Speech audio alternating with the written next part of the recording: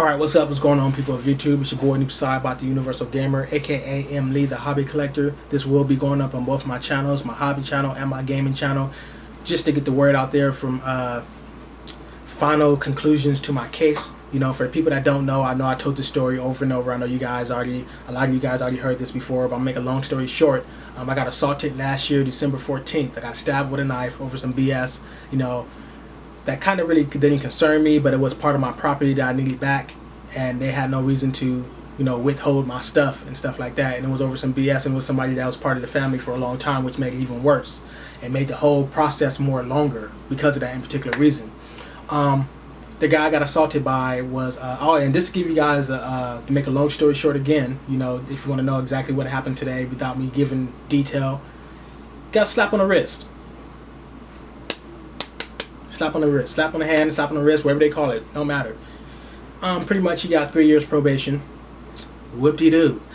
He got 1 year inside this program where he got to check in and check out, which is, you know, on top of the probation, so, you know, 4 years altogether. But he got to check in and check out and stuff like that, and within 90 days he got to find a job and stuff, and that's the only thing he can do when he leaves the program or whatever.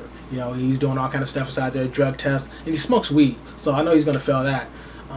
He's getting a drug test every single day. Every time you come back, you got a drug test before you enter the facility. And you know, anything you do, if you violate any of that, he's going to jail, not prison. He's going to jail for a year. Whoop-de-doo. You know, the last time I went to court, basically they said the most or the minimum that he will get, which more than likely he would have been getting the minimum, was 3 years, at 80% or 70%.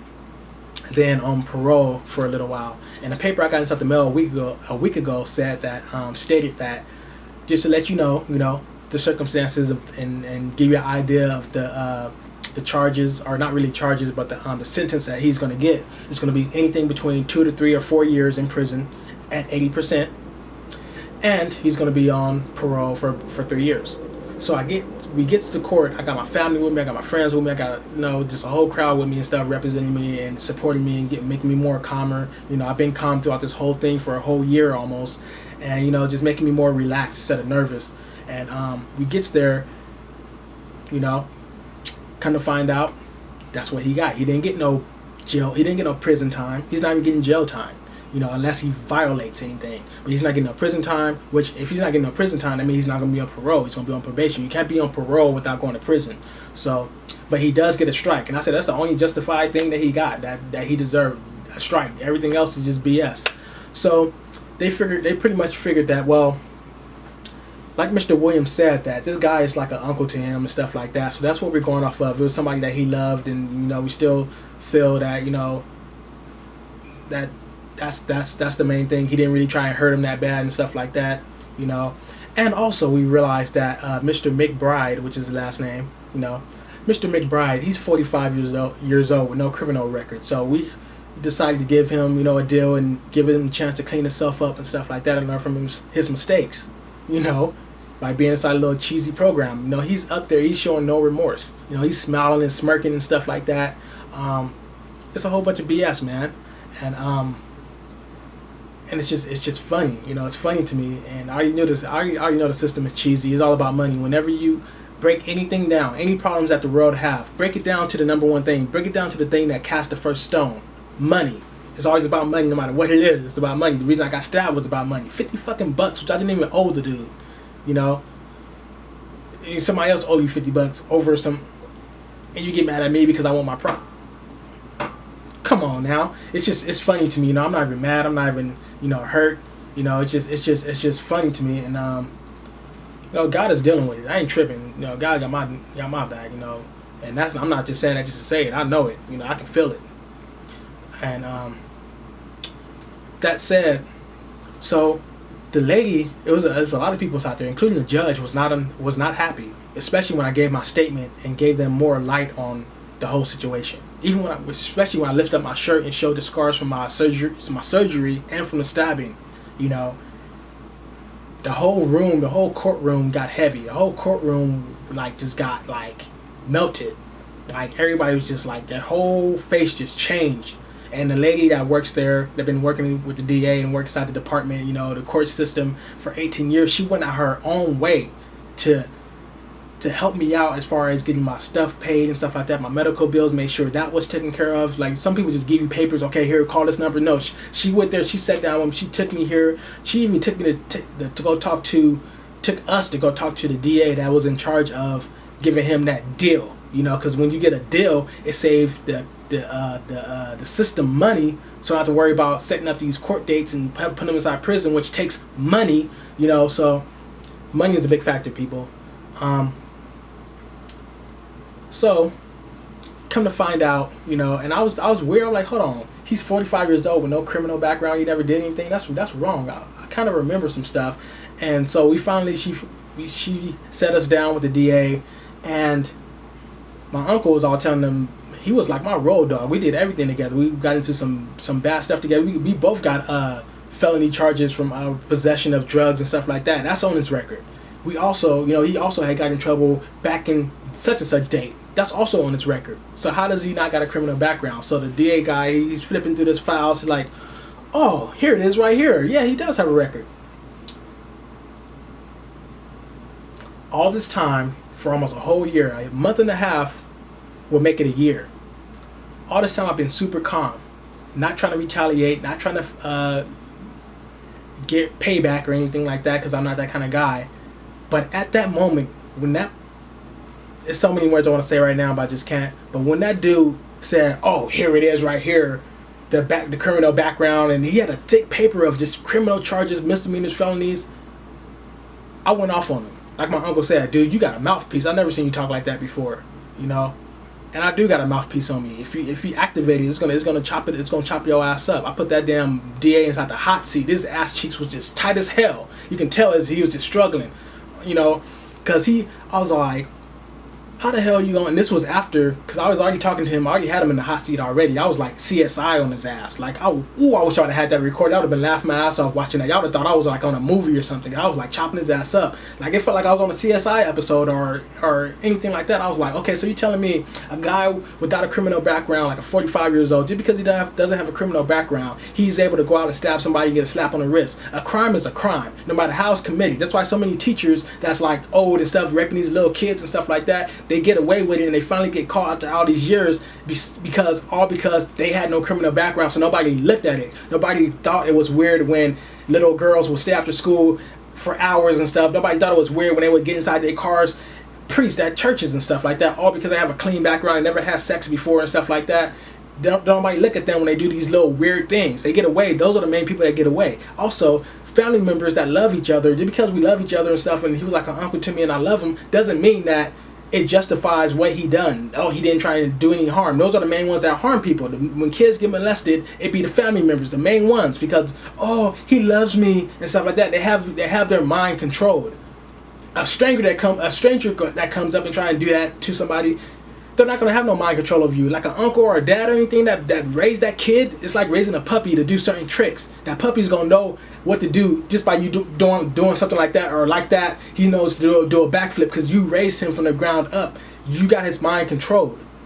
It's all mind control. When you train dolphins and train all these animals, it's mind control. That's all it is. It's not that the animal is smart. It's that they know you and they trust you with their heart. So they never knew that anything would happen to you. That's the only way he caught me off guard. Other than that, it would have been something else different. Even if I would have known, even if he would have had the knife and I known he had the knife, I knew he was going to do that. Trust me, I wouldn't have been stabbed that night. His ass would have been fucked up.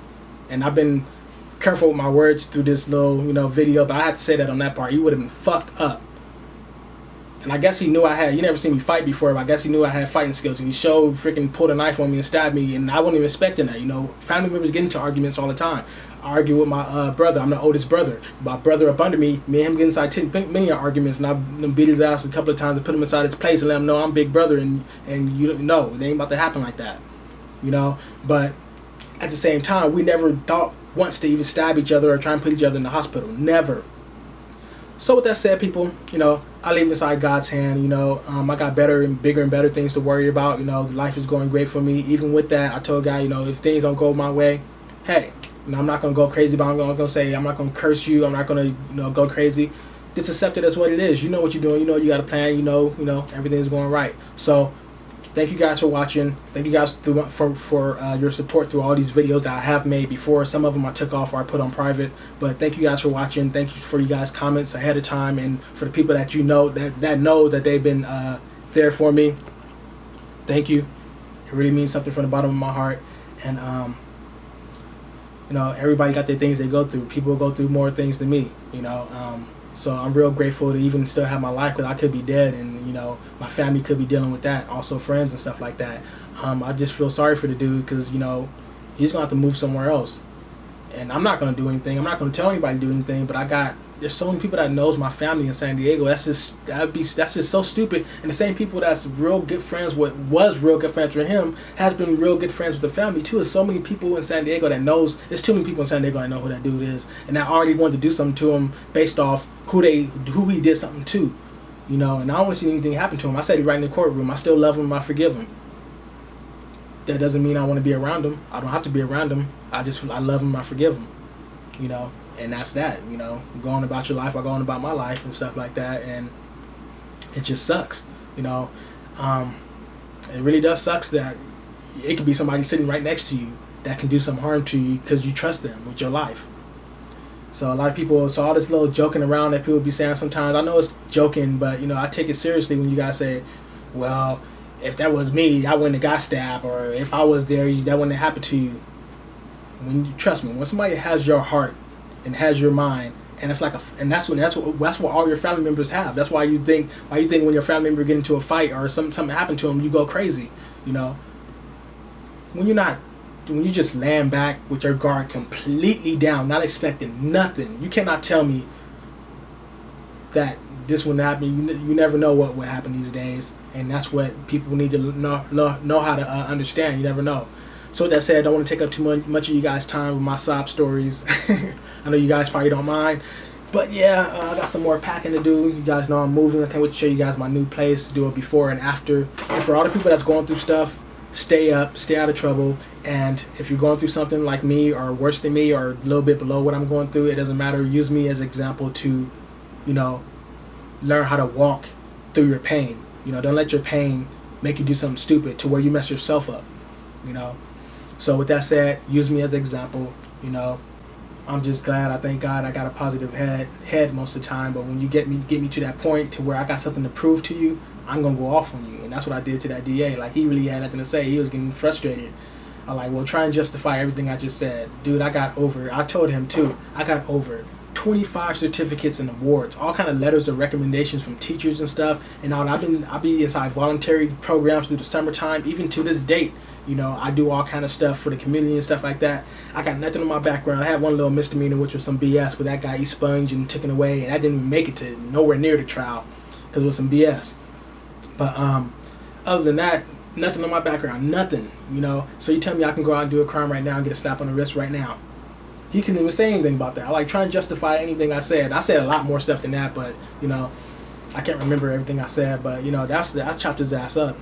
So he told us that there's something going on. Like he said something's going on. Somebody mixed these files up. Somebody, you know, because when he looked through it real good, and that stuff his background stuff wasn't inside there. So somebody's messing around with the file. Somebody slipped that in there the same day that they gave him his sentence, and you know, agreed to all that stuff. So that's how the system works, though, people. So that's the system I live by. I don't live by this system. I live by that system. So what that says is me, Boy Deep Side, about the Universal Gamer, Emily, the Hobby Collector. Take me as an example, and you know, just know that you're not the only one. Just like I know I'm not the only one.